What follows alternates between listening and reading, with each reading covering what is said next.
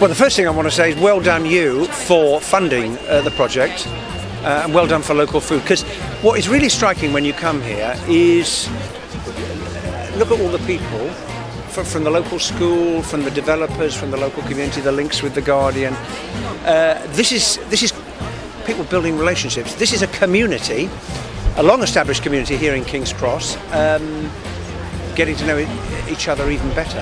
And I think it's incredibly imaginative because, as I said earlier, the last place you might think of coming to find space to grow food would be in the middle of a building site.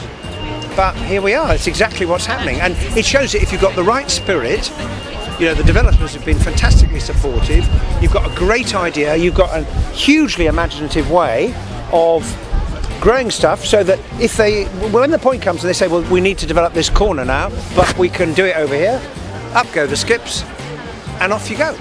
What it shows is that you can grow food just about anywhere. I mean, you can start with a small window box if you're living in a flat. It's about having imagination, and you can't keep a good idea down, it seems to me, and this is a really, really good idea, and it works. That's the most important thing.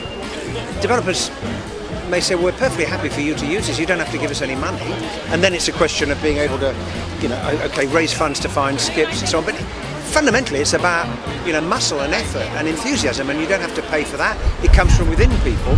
So it seems to me these are two practical ways of adding to what you and Local Food have been doing, and all of the organisations that have come along very kindly here today, getting on with it. And there's lots of different ways in which you can do it. And if more people see what's possible, find out what works for them, get on and make it happen, well, hey, everyone's going to benefit.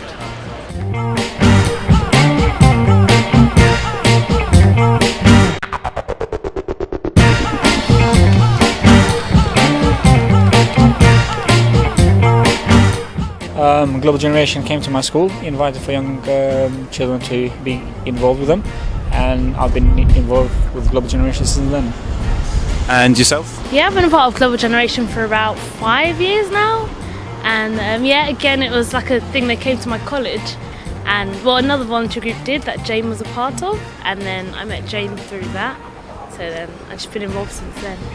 Last time we spoke, I think it was a while ago actually, and I think the skip garden had just been built. So tell us, have you been involved with the skip garden since? What's been going on there? Sure, I mean, on the skip garden, last time you were there, I think that we were just building it. At the moment, we've got an altered skip, we've got fruit, vegetables on the actual skips as well. We've got the engine of the whole planters, which is the wormery, so we've got that set up already as well, so yeah, it's going very well. Okay, so what's been going on today? Tell us a bit about today. It looks a bit crazy with the whole bike and the polytunnel on the back. So what's this all about then?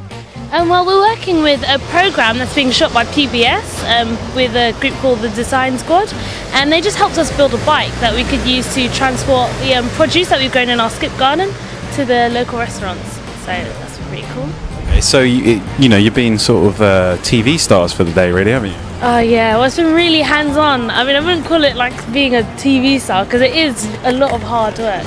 Like, we did help to build. We've been a part of the whole thing, the four of us, because we're working with two other engineers, and it's been really good fun. The whole team's really nice. Okay, so you've actually helped to construct this? Yeah, all the way. Like, we've been welding, doing carpentry, doing all sorts. Yeah. Earlier we got some footage of you sort of going through the streets past King's Cross, just holding up traffic and being a nuisance basically. So how did you enjoy that? Was it good fun? No, it was great to get out there because we've been working on this for so long, and we just were waiting for the moment to get out on the road, and then when we got to do that, it was fantastic, amazing feeling. So what's the idea of bringing this this fresh food down here? The idea is that instead of us harvesting the food at the place where we do it, we can bring it here. So the chef himself to come outside and harvest it straight away. So it's a great idea. How can you get more fresher than actually the chef harvesting the actual food himself? So the idea is to bring the live food to the restaurant instead of us harvesting and bringing it to the restaurant. Okay, so have you been lucky enough to sample any of the food today? Have they cooked any of it? Do you want to use this? because we haven't yet. So Just pretend. Not yet. Oh yeah. we're not going to because we haven't done it yet. So But we have in the past, like stuff we've harvested, like beetroot. We've had beetroot cake, and you might think that sounds kind of gross, but it tastes just like carrot cake. It's really, really nice. And Oliver's a great chef as well. So just finally, because you guys are quite in tune with sort of local food and how important that is, what would you say to other young people who are sort of thinking about getting involved in sort of local projects, particularly in London? Would it be a worthwhile thing, do you think? Yeah, I definitely think that young people around should get involved in environmental projects. You know, you're giving to your community and you're gaining for yourself, because obviously you're going to be eating more healthily, more environmentally aware, and I think that's all important now with like the problems of climate change, global warming, and yeah, every little helps, I think.